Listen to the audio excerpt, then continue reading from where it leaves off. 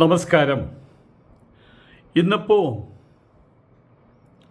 കേരളത്തിൽ ഏത് മുക്കിൽ പോയാലും മൂലയിൽ പോയി കഴിഞ്ഞാലും കുറേ ആളുകൾ കൂടി ഒരു 15 മിനിറ്റ് എന്തെങ്കിലും വിഷയത്തെക്കുറിച്ച് ചർച്ച ചെയ്യുമ്പോൾ അതിനകത്ത് കയറി വരുന്നൊരു വാക്കുണ്ട്, RSS, ത്രയക്ഷരി RSS. ശത്രുക്കളുണ്ട്, മിത്രങ്ങളുണ്ട്, അതിനെ നിരീക്ഷിക്കുന്നവരുണ്ട്. TV ചാനലുകൾ തുറന്നു കഴിഞ്ഞാൽ RSSൻ്റെ, സംഘപരിവാറിൻ്റെ, BJPക്ക് അതിൽ പെടുന്നതാണ്. ഒരു വലിയ തായ്തടി ഉണ്ടാകുമ്പോൾ അതും മാങ്ങയുണ്ടാവും, മാങ്ങയ തായ്ത്ത് മാവ് തന്നെയാണ്. ചില്ലകളുണ്ടാകും, അതും മാവ് തന്നെയാണ്. ഇതെല്ലാം ചേർന്നതാണ് ഈ മാവ്, തായ്തടി മാത്രമല്ല. അപ്പോൾ BJP RSS ആണ്,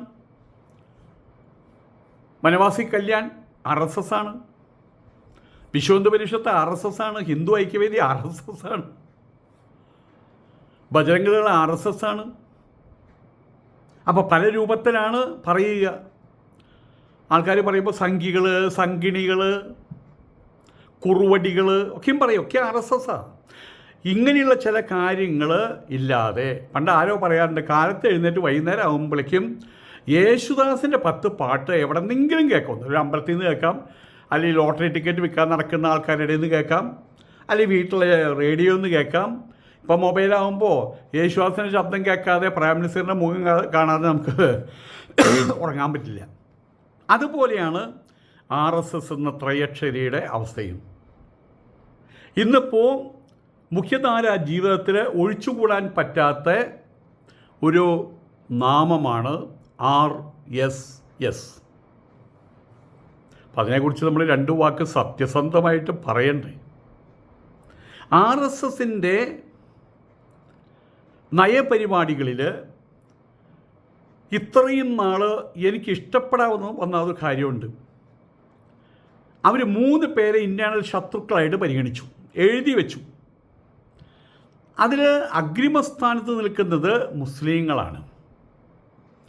എന്നെ സംബന്ധിച്ചിടത്തോളം കുട്ടിക്കാലം മുതൽക്ക് ഞാനൊരു ഗതികെട്ടവൻ ആയിട്ടുണ്ടെങ്കിൽ അതിന് കാരണം ഇരാവാൻ കൾട്ട് എന്ന് പറയും. നിങ്ങളുടെ പുസ്തകം എടുത്ത് നോക്കിയാൽ മതി. IRA, ഇരാ. വേട്ടക്കാരനും എരയെന്ന് പറയില്ല, ഇരാവാൻ. അതിന് കഥാപാത്രമുണ്ട്. ആ കഥാപാത്രത്തിൻ്റെ സ്വഭാവം എവിടെയാണ് വീട് എടുക്കുന്ന ആൾ ഉള്ളത്, അവരൊപ്പം ചേരും. മിടുക്കന്മാരെന്താ ചെയ്യുക, വിജയിക്കുന്നവരൊപ്പം ചേരും. എന്നെപ്പോലുള്ള പിടുക്കന്മാരെന്താ ചെയ്യുക, വീട് എടുക്കുന്നവരൊപ്പം ചേരും. അല്ല ഗുണമുണ്ടോ? ചീത്തപ്പേരും തെറിവിളിയും മാത്രം ബാക്കി. അങ്ങനെ ഒരു കാലഘട്ടത്തിൽ ഞാൻ RSകാരോട്, എൻ്റെ ഓപ്പൺ മീഡിയയിലോട് ചോദിച്ചിട്ടുണ്ട്, നിങ്ങൾ തന്നെ പറയേണ്ടത് നിങ്ങൾ വലിയ സംഘടനയാണെന്ന്, ലോകോത്തര സംഘടനയാണെന്ന്. അതൊക്കെ സത്യം തന്നെ. ചിട്ടയോടുകൂടി, അടക്കത്തോടുകൂടി, ഒതുക്കത്തോടു കൂടിയുള്ളൊരു സംഘടനയാണ്, അതൊരു സംശയമില്ല. പക്ഷെ നിങ്ങൾ എന്തിനാണ് ഈ മുസ്ലിങ്ങളെ ദ്രോഹിക്കുന്നത്? അവരെന്തിനാണ് പാർശ്വവൽക്കരിക്കുന്നത്? അവരെന്തിനാ ഏത് സമയത്തും അധിക്ഷേപിക്കുന്നത്? അവരധിക്ഷേപിക്കുമ്പോൾ അവരുടെ കൊച്ചു കുട്ടികൾ, അമ്മമാർ, പെങ്ങന്മാർ അവരൊക്കെ സങ്കടപ്പെടുകയല്ലേ? ഈ ഒരു കാര്യവും പറഞ്ഞുകൊണ്ട് അവരെ എങ്ങനെയൊക്കെ അവരുടെ സങ്കടങ്ങളെ മാറ്റാൻ എന്നെക്കൊണ്ട് കഴിയുമോ അതൊക്കെ ഞാൻ അവരുടെ ചരിത്രങ്ങൾ പറഞ്ഞ്, അവരുടെ പ്രോഫറ്റിൻ്റെ ചരിത്രം പറഞ്ഞ്, ഖലീഫുമാരുടെ ചരിത്രം പറഞ്ഞ്, അറിയാവുന്ന രീതിയിൽ ഹദീസും അതുപോലെ തന്നെ ആയത്തുകളുടെയും അർത്ഥം നേരിട്ട് ഓതാനൊന്നും എനിക്കറിയില്ല, അത് പറഞ്ഞ് അതിവരും മനസ്സിലാക്കണം കുറേ. പക്ഷേ കാലം മാറി വന്ന സമയത്ത് ഇവിടെയുള്ള മുസ്ലിം സമൂഹം ഒന്നടങ്കം എന്ന് പറയുമ്പോൾ അതിൽ ചില ഗ്രൂപ്പുകൾ, വലിയ ഗ്രൂപ്പുകളാണ്. അപ്പോൾ അതിൽ ഏകദേശം 75% പെട്ടത് വേറെ കാര്യം. ഇവരൊക്കെയും സത്യം പറഞ്ഞു കഴിഞ്ഞാൽ രഹസ്യമായിട്ട് പ്രധാനമായിട്ടും പരസ്യമായിട്ട് അപ്രധാനമായിട്ടും കാമുകന്മാരായി മാറിയിരിക്കുകയാണ് RSSൻ്റെ. ഇവിടെ ഒരു ചെക്കനുണ്ട്, അവരെപ്പോഴും പറയും, ഒരു പൗഡർ കുട്ടപ്പൻ, കാണുമ്പോൾ ഒരു ചാന്തുപുട്ടൻ്റെ രൂപമാണ്, ഒരു പപ്പടത്തൊപ്പി കെട്ടിയിട്ട്. അവനെപ്പോഴും കാലത്ത് എഴുന്നേറ്റ് എൻ്റെ വീഡിയോ എന്നെ എത്തിച്ചോക്കലാണ് തൊഴിൽ.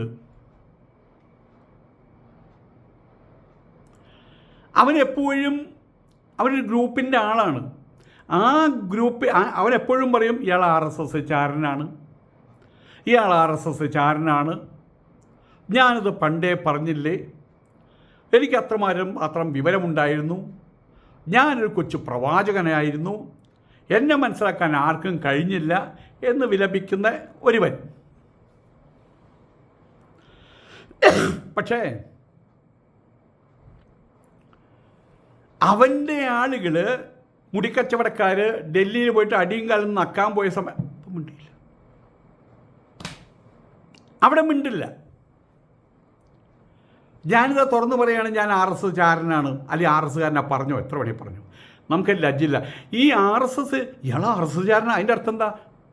ഏകദേശം ഞങ്ങൾ പറഞ്ഞേ, ആളെ കാണാൻ കൊള്ളാം പക്ഷെ അവനുണ്ടല്ലോ അവൻ പെണ്ണുപിടിയനാ, ആളെ കാണാൻ കൊള്ളാം പക്ഷെ അവനുണ്ടല്ലോ അവർ ബാങ്ക് കൊള്ള ചെയ്തവനാ, അവനുണ്ടല്ലോ അവൻ കള്ളച്ചാര വിൽപ്പനക്കാരനാ, കള്ളക്കടത്തുകാരനെന്ന് പറഞ്ഞ പോലെയാ, ഇയാളൊരു RSS ചാരനാ, ഇയാൾ RSS ചാരനാ എന്ന് പറയുന്നവൻ എന്തുകൊണ്ട് മനസ്സിലാക്കുന്നില്ല? അവൻ്റെ തലതൊട്ടപ്പന്മാർ പരസ്യമായിട്ട് RSSൻ്റെ ചാരപ്പണി നടത്തിക്കൊണ്ടിരിക്കുകയല്ലേ.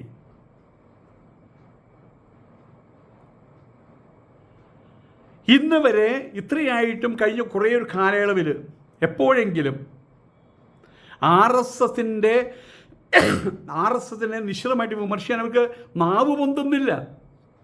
അപ്പോൾ UDF ഭരണം കണ്ടില്ലേ, RSS കാലത്ത് കൊടുക്കുന്ന തീട്ടൂരം അത് നടപ്പാക്കലാണ് ഇപ്പോൾ അവരുടെ തൊഴിൽ.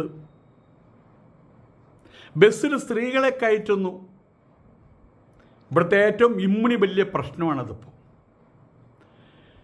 ഇവിടെ ആർക്കാ ജോലിയില്ലാത്തത്? പണ്ടാണ് ഈ ശരിയാണ്, ഒരു വീടിനകത്ത് കാലത്ത് ഇത്തിരി കഞ്ഞി വെച്ചാൽ വൈകുന്നേരം കട്ടൻ ചായയും പൂള മറ്റേ മരച്ചീനി, അത് എവിടെയോ തെറിവാക്കാതെ കേട്ടിട്ടുണ്ട്. അങ്ങനെ ജീവിച്ചിരുന്ന സാമ്പാറില്ല, ദോശ ഇഡ്ഡലി എന്നുള്ള സിസ്റ്റമൊന്നുമില്ല, പോലും പുഴുക്ക് എല്ലാം കൂടി പുഴുങ്ങ തിന്നുക. അന്നൊക്കെ എന്തെങ്കിലും സൗകര്യങ്ങൾ ചെയ്തു കൊടുത്താൽ വലിയ കാര്യങ്ങളാണ്. ഇന്ന് ആർക്കാ ജോലിയില്ലാത്തത്? അതെന്തോട്ടെ, നല്ല കാര്യങ്ങൾ എന്ന് അവർ പറയണത് നമ്മൾ ചീത്ത കാര്യമെന്ന് പറയണ്ട. പക്ഷെ അതിന് വലിയൊരു കൊട്ടി ഘോഷിച്ചുകൊണ്ടിരിക്കുകയാണ്. എന്താ കേരളത്തിൽ എയിംസ് വരുന്നു, ഇറ്റ്സ് ഓക്കെ, അത് നമുക്ക് കൊട്ടിഘോഷിക്കാം. പക്ഷെ ഇതൊന്നും അത്ര വലിയ കാര്യങ്ങളല്ല. ഇവിടെ ഈ സംഭവത്തെ കൊട്ടിഘോഷിക്കാനൊരു കാരണമുണ്ട്.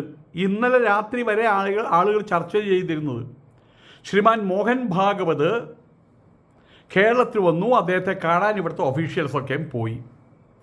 അപ്പം ആ കാര്യം ജനങ്ങളിൽ നിന്ന് മാറ്റണം, അതിന് വേണ്ടിയിട്ടാണ് ബസ് കാര്യങ്ങളൊക്കെ പറഞ്ഞ് വലുതായിട്ട് കുഴപ്പിക്കുന്നത്. ഓക്കെ, നമ്മൾ പറഞ്ഞു വന്ന കാര്യം എന്താണ് RSS? RSSൻ്റെ തലവനായിട്ടുള്ള ആൾ, സർസംഘചാലകമായിട്ടുള്ള ആൾ കേരളത്തിലെ സർവകലാശാലകളിലെ വൈസ് ചാൻസലർമാർ അദ്ദേഹത്തിൻ്റെ പരിപാടിയിൽ കേരളത്തിൻ്റെ 3 സർവകലാശാലകളിലെ വൈസ് ചാൻസലർമാർ പങ്കെടുത്തു. അതിൻ്റെ പേരിൽ മോങ്ങുകയാണ്. ഇവിടെ വൈസ് ചാൻസലർ എന്ന് പറയുമ്പോൾ വൈസ് എന്നൊരു വാക്കുണ്ട്. വൈസ് എന്ന് പറഞ്ഞാൽ WIS എന്നല്ല, VIC എന്നാ. അപ്പോൾ അസിസ്റ്റൻ്റാ. അപ്പോൾ ആരാണ് മേൽ സ്റ്റാൻഡ് അസിസ്റ്റൻ്റ്? അല്ല, അതിന് മേലിരിക്കുന്ന ആളാരാ? ചാൻസലറുണ്ട് ഇവിടെ. അതാരാ? RSSകാരൻ തന്നെയാണ്. അതാരാ? ഗവർണർ. പിന്നീട് മുഖ്യമന്ത്രി. അയാളെങ്ങനെയാ? രാത്രി RSS, പകല് കോൺഗ്രസ്. അതിൻ്റെ ഇടയിൽ ആജ്ഞാനവൃത്തി ആരുടെ? പാണക്കാട്ട് തമ്പരാക്കന്മാരുടെ. അവരിടുന്ന വഴിക്ക് വിളി കേൾക്കാൻ നിൽക്കുന്ന ഒരു ഉശാമ്പി, അത്രമാത്രം. എന്തുകൊണ്ടാണ് RSSൻ്റെ തലവൻ വന്നപ്പോൾ ഇത്രയും ധൈര്യമായിട്ട് വൈസ് ചാൻസലർമാർ പോകാൻ കാരണം? ചാൻസലർ പോയിട്ടുണ്ട്. അതുകൊണ്ട് തന്നെ ഉന്നതന്മാരായിട്ടുള്ള ഉദ്യോഗസ്ഥന്മാർ, ബ്യൂറോക്രാറ്റ്സാണ് അവർ. ബിസിനസ്സുകാർ, ഡോക്ടർമാർ, വലിയ പ്രൊഫഷണൽസ്, കോർട്ടിലെ ജഡ്ജിമാർ, അതുപോലെ തന്നെ എക്കണോമി അതിൽ വിദഗ്ധന്മാർ, സാമ്പത്തിക ശാസ്ത്രജ്ഞന്മാർ, സൈനിക ഉദ്യോഗസ്ഥന്മാരൊക്കെ അതിൽ പങ്കെടുക്കുന്നുണ്ട്. എന്തുകൊണ്ടാണ് ഇവരൊക്കെ ഇതിൽ പങ്കെടുക്കുന്നത്? ഒന്ന് ചിന്തിക്കണ്ടേ? ഇന്ത്യൻ രാഷ്ട്രപതി, ഇന്ത്യൻ ഉപരാഷ്ട്രപതി, ഇന്ത്യൻ പ്രധാനമന്ത്രി, അത് തുടങ്ങിയിട്ട് ഇന്ത്യയിലെ 17ഓളം സംസ്ഥാനങ്ങളിലെ മുഖ്യമന്ത്രിമാർ ഒക്കെ RSSകാരാ. ശാഖയിൽ പോയിട്ട് സംഘദക്ഷ ആരമ എന്ന് പറഞ്ഞവർ, അനുസരിച്ചവർ. നമസ്തേ സദാ വത്സലേ മാതൃഭൂമേ ത്വയാ ഹിന്ദുഭൂമേ സുഖം വർദ്ധിതോഹം എന്ന് പാടിയവർ, മറ്റ് ഗണഗീതങ്ങൾ പാടിയവർ, അവിടുന്ന് വളർന്നു വന്നവർ. അതായത് ഇന്ത്യൻ ഭരണത്തെ നിയന്ത്രിക്കുന്നത് RSSകാരാണ്. അപ്പോൾ കേരളത്തിൻ്റെ ഭരണോ? ആരോ പറയില്ലേ, എന്ത് ഇന്ത്യ, അതൊക്കെ നമ്മുടെ കേരളം തന്നെ എന്ന് പറയില്ലേ? പലരോടും ഓതിക്കൊടുക്കണം എന്ത്? കേരളം ഇന്ത്യയിലാണെന്ന്, കേരളം ഇന്ത്യയിലാണെന്ന്. പലരും ഇപ്പം അത് അല്ലെന്നാണ് നടിക്കുന്നത്. ചിലപ്പോൾ മനഃപൂർവ്വമായിരിക്കാം, ചിലപ്പോൾ വിവേകത്തിൻ്റെ അഭാവം കൊണ്ടായിരിക്കാം. ഇനിയിപ്പോൾ മറ്റു കാര്യം പറയാം. BJP ഒരു ഘടകം മാത്രമാണ്, രാഷ്ട്രീയ മുഖമാണ്. വലിയൊരു മരത്തിൻ്റെ അശ്വത്ഥം, അതിൻ്റെ ഒരു ചില്ല മാത്രമാണ്. അത് പോയാലും ആൾക്കാരെന്താ പറയുക? ഇന്നലെ ചില്ലൊടിഞ്ഞ് വീണു, മരം ഒടിഞ്ഞ് വീണു എന്ന് പറയുമോ? BJP ഭരണം പോയെന്നിരിക്കട്ടെ, അപ്പോഴും രാഷ്ട്രീയ സ്വയം സേവക സംഘം RSS അതിൻ്റെ പ്രത്യയശാസ്ത്രം തന്നെയായിരിക്കും. 100 വർഷം ഉള്ളതുപോലെ തന്നെ അടുത്ത അനേക കാലം ഇവിടെ നിലനിൽക്കാൻ പോകുന്നത്. സംഘപരിവാറിൻ്റെ വേരുകൾ ഈച്ചിൻ്റെ പേര് നുക്കൻ കോർണർ നിങ്ങൾ അന്വേഷിച്ച് കാണാൻ പറ്റും. അവിടെ ശാഖയുണ്ട്, പ്രത്യേകിച്ചും കേരളത്തിൽ. അതിൻ്റെ വേരുകൾ, നാട്ടിലൊരു ആൽവൃക്ഷം ഉണ്ടെങ്കിൽ നമ്മൾ സൂക്ഷിക്കണം. ചിലപ്പോൾ ആൽവൃക്ഷത്തിൻ്റെ വേരുകൾ നമ്മൾ കെടുക്കുന്ന വീടിൻ്റെ തറ കുത്തിപ്പൊളിക്കും. അത്രയും വിസ്താരമാർന്നതാണ് ആൽവൃക്ഷത്തിൻ്റെയും വേരുകൾ വാസ്തവത്തിൽ. അതുപോലെ തന്നെ സംഘപരിവാറിൻ്റെ വേരുകൾ, സംഘപരിവാർ പ്രത്യയശാസ്ത്രത്തിൻ്റെ വ്യാപനം ഹൊറിബിൾ ടെറിബിൾ എന്ന് പറയാം. ഭയാനകമായ രീതിയിൽ ആ വാക്ക് ഉപയോഗിക്കുന്നത് അത്രയും വലിപ്പം കാണിക്കാൻ വേണ്ടി പറയുന്നതാണ്. എവിടെയെങ്കിലും RSSൻ്റെ കാര്യാലയങ്ങൾ ഉണ്ടാവില്ല. അതുമായിട്ട് ബന്ധപ്പെട്ട ഹാളുകളോ അതിൻ്റെ പ്രചാരകന്മാർ താമസിക്കാനുള്ള വീടുകളോ അങ്ങനെയൊക്കെ ഉണ്ടാവും. ഇവിടെ നമ്മൾ നേതാക്കന്മാർ അന്വേഷിച്ച് നടക്കുമ്പോൾ വേണമെങ്കിൽ ഒരു മോഹൻ ഭാഗവതിലെ സർസംഘചാലകല്ലേ, അങ്ങനെ ഒരാളെ കാണാൻ പറ്റും. പക്ഷെ മോഹൻ ഭാഗവത് നേതാവ് ഒന്നുമല്ല, RSSനോട് നേതാവുമില്ല. ശാഖയിൽ വരുമ്പോൾ മോഹൻ ഭാഗവത് കസേരയിലിരിക്കില്ല. RSSൻ്റെ പ്രോഗ്രാം നടക്കുമ്പോൾ ഇരിക്കും. പക്ഷെ RSSൻ്റെ ശാഖയിൽ വരുമ്പോൾ ആ ശാഖയുടെ മുഖ്യ ശിക്ഷക് 10ാം ക്ലാസ്സിൽ പഠിക്കുന്ന ഒരു പയ്യനാണെങ്കിൽ അവനായിരിക്കും മുമ്പിൽ നിൽക്കുക. ബാക്കി എല്ലാവരും കൈ നെഞ്ചത്ത് വെച്ച് നമസ്തേ. അവിടെ മോഹൻ ഭാഗവതിൻ്റെ കൊമ്പമീശയ്ക്കൊന്നും അതിനൊന്നും വലിയ ബലം ഉണ്ടാവില്ല, പുറകിൽ നിൽക്കണം. അതാണ് RSS.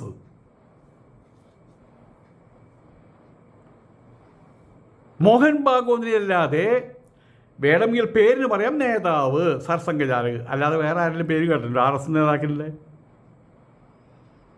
RSSകാർ നടത്തുന്ന സമരം, RSSകാർ നടത്തുന്ന പ്രക്ഷോഭം, എന്തെങ്കിലും പ്രത്യേകിച്ച് കാര്യത്തിന് വേണ്ടിയിട്ട് ഒന്നുമില്ല. അത് വേറൊരു തരം പ്രവർത്തനമാണ്, വളർച്ചയാണ്. കേരളത്തിൽ ഇന്നും 5000-ൽ പരം RSSൻ്റെ ശാഖകളുണ്ട്.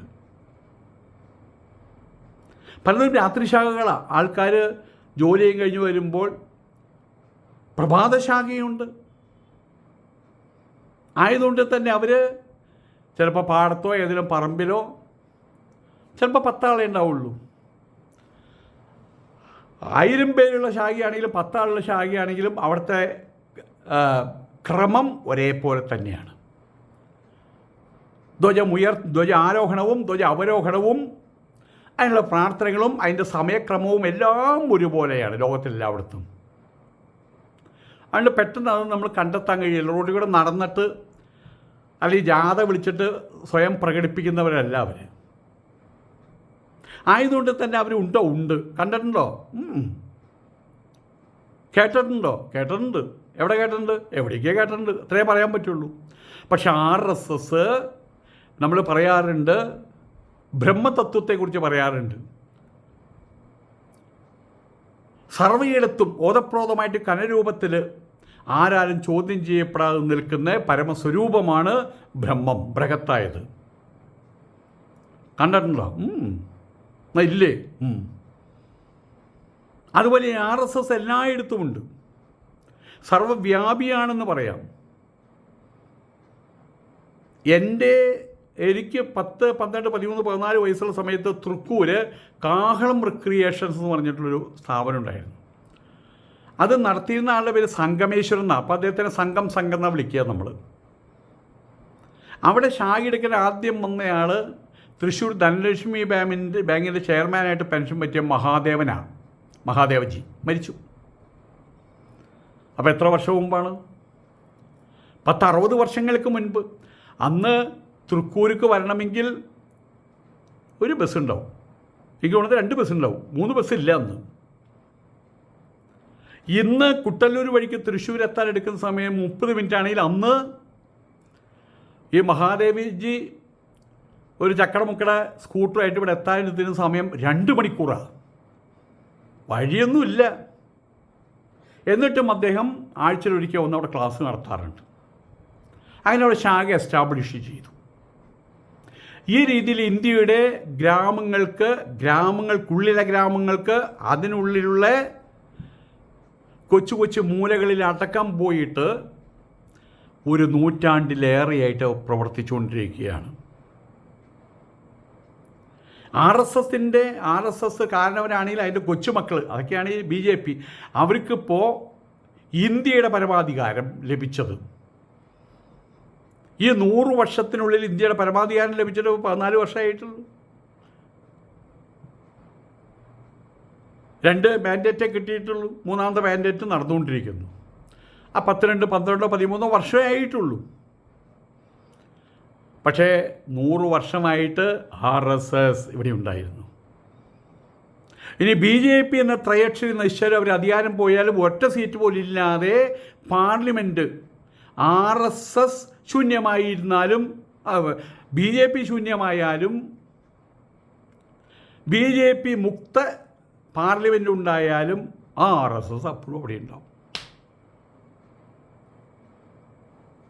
RSSൽ ചേരാൻ വേണ്ടിയിട്ട് അഡ്മിഷൻ ഫീസ് 101 രൂപയാണ്. അല്ല, 501 രൂപയാണ്. ഇപ്പോൾ കൂടി 1001 രൂപയാണ്. നിങ്ങളങ്ങനെ പോലും കേട്ടിട്ടുണ്ടോ? RSSൽ ചേരാൻ മെമ്പർഷിപ്പ് കേട്ടിട്ടുണ്ടോ? RSSൽ ആളുകളെ ചേർക്കാനൊരു മെമ്പർഷിപ്പ് ക്യാമ്പയിൻ എവിടെയും കേട്ടിട്ടുണ്ടോ? കാരണം അതിനകത്ത് ചേർന്ന് കഴിഞ്ഞാൽ ഞാൻ നാളെ പോലെ RSSന് പോവുക. അപ്പോൾ നമ്മൾ ചോദിക്കുക, എന്തിനാ പോണേ? ഒന്നുമില്ല, അവർ വിളിച്ചു പോകാൻ പോണു. അവിടെ ഇവിടെ വല്ല നേട്ടമുണ്ടോ? എനിക്കറിയില്ല. നേട്ടമുണ്ടോ? ഒന്നുമില്ല, ഒരു നേട്ടവുമില്ല. എന്നാൽ ഭൗതികമായിട്ടുള്ള നേട്ടത്തെ മാത്രം നമ്മൾ നേട്ടം എന്ന് പറയുന്നത്. ആന്തരികമായിട്ട് പല നേട്ടങ്ങളുണ്ടാകും. ഗീത കേട്ടിട്ട് എന്താ കാര്യം? ഗീത കേട്ടിട്ട് നമുക്ക് മാമുണ്ണാനുള്ള വക കിട്ടുമോ? അത് കിട്ടില്ല. പന്നികൾക്ക് എപ്പോഴും അറിയാലോ, ഇന്ന ആഹാരം അവർക്ക് ഇഷ്ടപ്പെടുള്ളൂ. അവർക്ക് നല്ലതൊന്നും ഇഷ്ടപ്പെടില്ല. മനുഷ്യൻ്റെ വളർച്ച ആന്തരികമാണ്, അത് ഭൗതികവുമാണ്. ആന്തരികമായിട്ടുള്ള വളർച്ചയ്ക്ക് അതിൻ്റെ ഒരു എടുപ്പിന് വേണ്ടിയിട്ട് നിങ്ങൾക്ക് വേണമെങ്കിൽ RSSൽ പോകാം.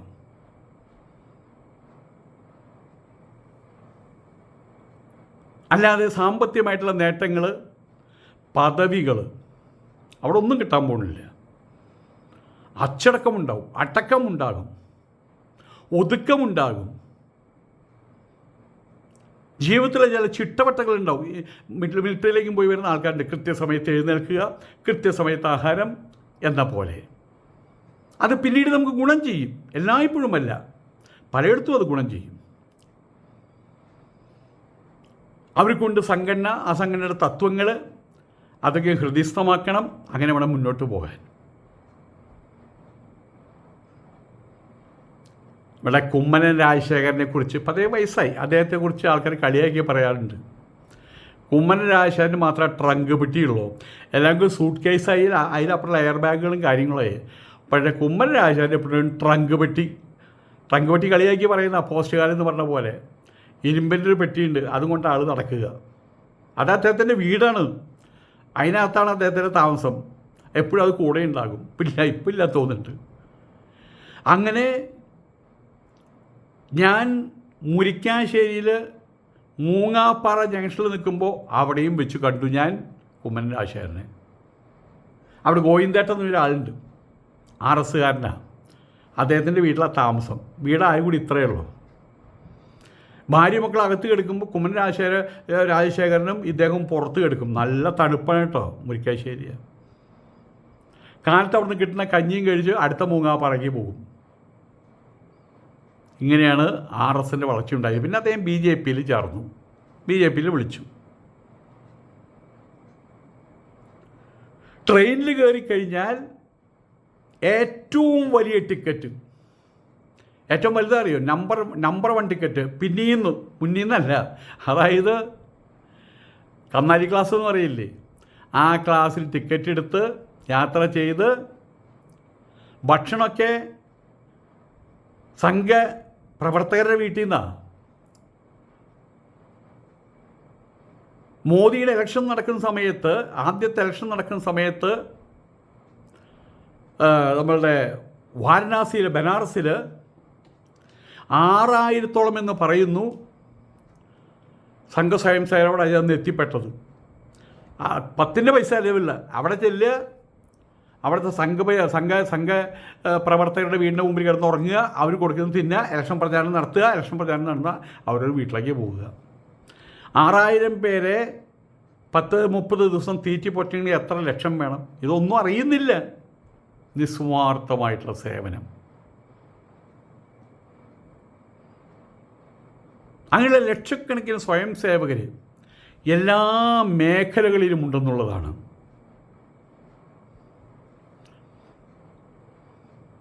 ഇത്രയൊക്കെ ആയിട്ട് പോലും കോൺഗ്രസ് അതല്ലെങ്കിൽ കമ്മ്യൂണിസ്റ്റ് പാർട്ടിയിൽ ചേർന്ന് കഴിഞ്ഞാൽ ആദ്യം ഞാൻ വാർഡ് പ്രസിഡൻ്റാവും, പിന്നെ പഞ്ചായത്ത് പ്രസിഡൻറ്റ്, അവിടുന്ന് കയറി ജില്ലാ പഞ്ചായത്ത് പ്രസിഡൻറ്റ്, പിന്നൊരു MLA, പിന്നൊരു മുഖ്യൻ. ഈ വക സ്വപ്നങ്ങൾക്കൊന്നും യാതൊരു പ്രാധാന്യവും RSSനില്ല. എന്നിട്ടും സമൂഹത്തിൻ്റെ എല്ലാ മേഖലകളിൽ നിന്നുള്ള ആളുകൾ ഇതിലേക്ക് വലിച്ചെടുക്കപ്പെടുന്നു. ലവ് ജിഹാദ് എന്ന് കേൾക്കുന്ന പോലെ ഇത് കണ്ടിഷ്ടപ്പെട്ടിട്ട് അവിടെ ചെന്ന് കയറുകയാണ്. വലിച്ചടച്ച് കൊണ്ടിരലല്ല. നാളെ RSSന് വന്നില്ലെങ്കിൽ നിൻ്റെ തലമണ്ടയ്ക്ക് അടി കിട്ടും എന്നൊന്നും പറഞ്ഞിട്ടല്ല. ആർക്കും ചെല്ലാം, മുസ്ലിങ്ങൾക്ക് ചെല്ലാം, ഹിന്ദുക്കൾക്ക് ചെല്ലാം, കമ്മ്യൂണിസ്റ്റുകാർക്ക് ചെല്ലാം, ഒരു ദിവസം ചെല്ലാം, 10 ദിവസം ചെല്ലാം, പിന്നെ ചെല്ലാതിരിക്കാം, എന്ത് പണിയിലാവും. കാരണം അവിടെ ഒരു രഹസ്യമല്ല, ഒന്നുമില്ല.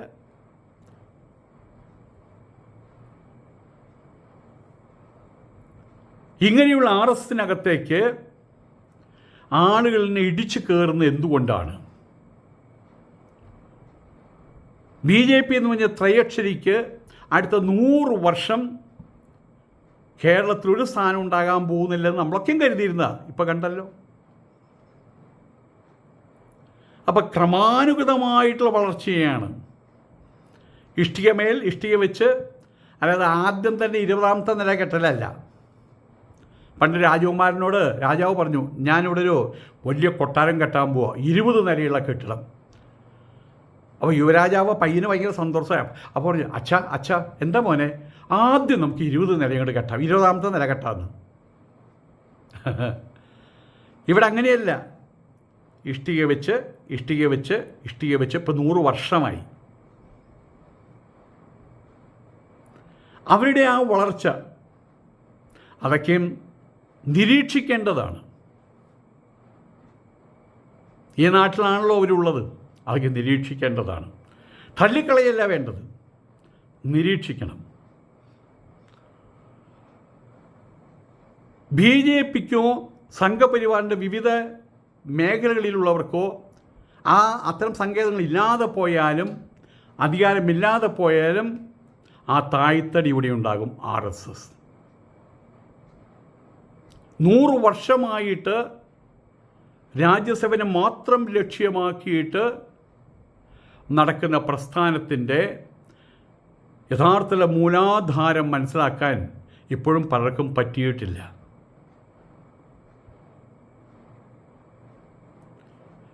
ഒന്നേ പറയാനുള്ളൂ,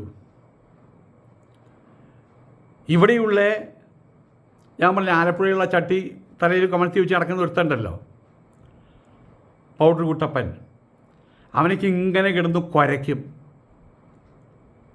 അവനിഷ്ടമില്ലാത്ത ആളുകളെ, നമ്മളിഷ്ടമില്ലാത്ത ആളുകളെക്കുറിച്ച് എന്താ പറയുക?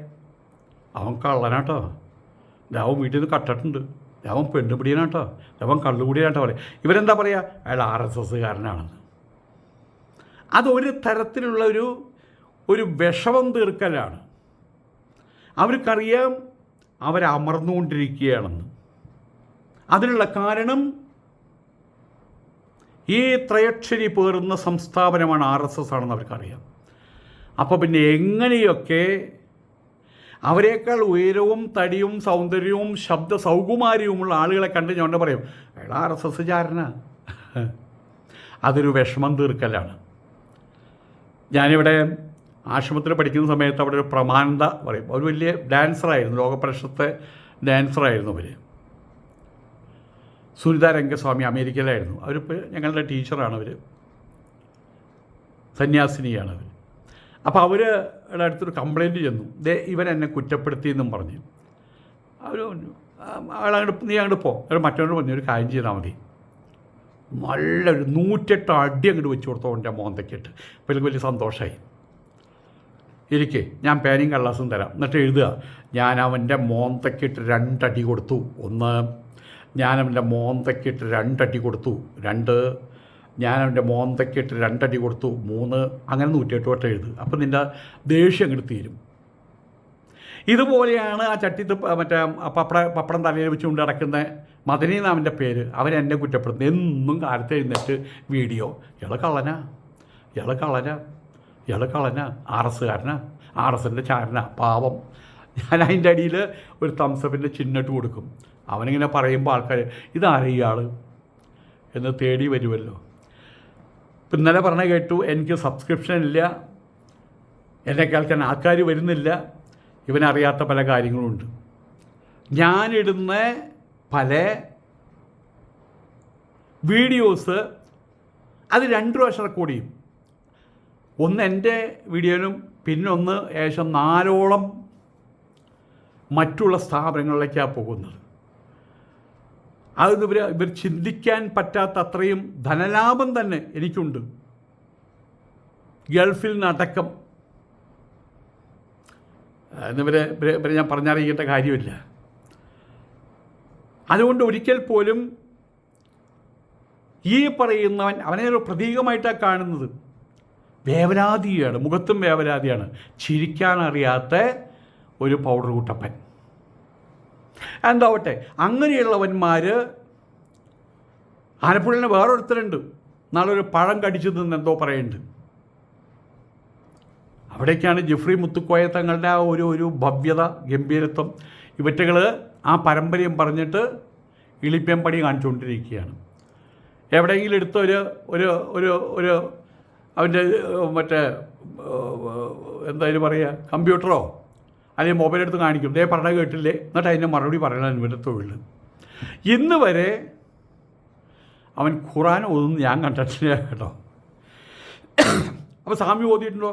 എൻ്റെ ഭഗവത്ഗീത പ്രൊഫഷണലായിട്ട് ചാൻറ്റ് ചെയ്ത് ഇവിടെ കിടക്കുന്നുണ്ട്, ഒരു ചാനലിൽ കിടക്കുന്നുണ്ട്, മലയാളം ഹിന്ദുയിസം മലയാളത്തിൽ കിടക്കുന്നുണ്ട്. അവരാണത് കാണിക്കുന്നത്. ഉപനിഷത്തുകൾ വേദഭാഗങ്ങൾ ചാൻറ്റ് ചെയ്തിട്ടുള്ളത് ഒക്കെയുണ്ട്. കൂട്ടത്തിൽ യഥാ ഈ ധർമ്മസ്യ ഗ്ലാനിർഭവതി ഭാരത. ഈ ലോകത്തിൽ കാല് ചവിട്ടി ജീവിക്കുന്നതുകൊണ്ട് ഇവിടത്തെക്കുറിച്ചും എനിക്ക് ചിന്തിക്കാൻ ബാധ്യതയുണ്ട്. അത് ഞാൻ ചെയ്യുന്നുണ്ട്. ഏതായാലും ഇങ്ങനെയുള്ള തലയെക്കെട്ടുകാർ നിന്നിങ്ങനെ കുരച്ചു കഴിഞ്ഞാൽ, പട്ടികളെ പോലെ കുരച്ചു കഴിഞ്ഞാൽ RSS അത് കാര്യമായിട്ട് എടുക്കൊന്നുമില്ല. അവരുടെ രീതി അതല്ല. അവർക്ക് വളരാൻ ഇനിയും കാര്യങ്ങളുണ്ട്. അവരുടെ പ്രത്യയശാസ്ത്രം മുന്നിട്ട് പിടിച്ചുകൊണ്ട് അവർ മുന്നോട്ട് പോകുന്നു. അവരുടെ പ്രത്യയശാസ്ത്രം വിചാരധാര മാത്രമല്ല കേട്ടോ. ഏതൊരു പയ്യൻ പറഞ്ഞു എന്നോട്, നിങ്ങൾ വിചാരധാര കണ്ടിട്ടുണ്ടോയെന്ന്. ഞാൻ എൻ്റെ അടിയിൽ എഴുതി, കണ്ടിട്ടില്ലട മോനെ. പാവങ്ങൾ. സാധാരണ ഭാഷയിൽ പറഞ്ഞാൽ കൂട്ടിയാൽ കൂടില്ല മക്കളെ.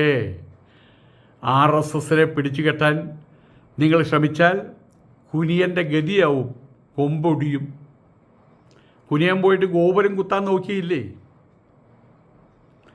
ഒരു എലി പറയാണ്, ഞാനിതൊന്ന് കംപ്ലീറ്റ് തുരന്നെടുക്കുന്നു. ഏതാ അറിയോ? ഹിമാലയം. അത്രയേ ഉള്ളൂ ഇവിടെയുള്ള ഈ മുസ്ലിം മതമൗലികവാദികൾ. ഇനി RSSൻ്റെ മുമ്പിൽ നിന്ന് ചാടിയാലും അവർ കാല് കവിച്ച് വെച്ചും അവർ മുന്നോട്ട് പോകും.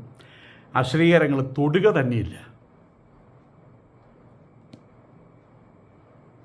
ഏതായാലും ഇങ്ങനെ എന്നെപ്പോലുള്ള ആളുകൾ പോയിട്ട് RSS ചാരണമെന്ന് പറഞ്ഞിങ്ങനെ മോങ്ങാം, അത്രയേ ഉള്ളൂ.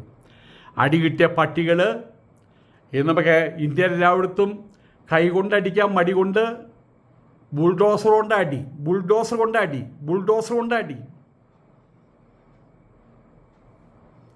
അടി കിട്ടുമ്പോൾ കരയും. പിന്നെന്തുണ്ടാവും? ആരും ശ്രദ്ധിക്കില്ല. ഇപ്പോൾ പോലീസ് കേസും ഇല്ല, കോടതിയില്ല, FIR ഇല്ല, സാക്ഷി വിസ്താരവും ഇല്ല, ജയിലും ഇല്ല, റിമാൻഡിലും ഒന്നുമില്ല. അങ്ങോട്ട് പകർക്കും, കാര്യം കഴിഞ്ഞു. അവരവിടെ നിന്ന് മാർത്തടിക്കും. പിന്നെ കുറേ കഴിയുമ്പോൾ ആ പട്ടിയുടെ മോങ്ങലിൽ കുറേ കഴിയുമ്പോൾ എവിടെന്നെങ്കിലും കേൾക്കാം. ആ മോങ്ങൽ തുടരട്ടെ, അങ്ങനെ അങ്ങോട്ട് തുടരട്ടെ. അതിനുള്ള പ്രതികരണം ഒരിക്കൽ പോലും RSSൽ നിന്നുണ്ടാവില്ല കേട്ടോ. അതാണ് RSS. സ്വയമേവ മൃഗേന്ദ്രത. ജയ് ശ്രീരാം. നമസ്കാരം.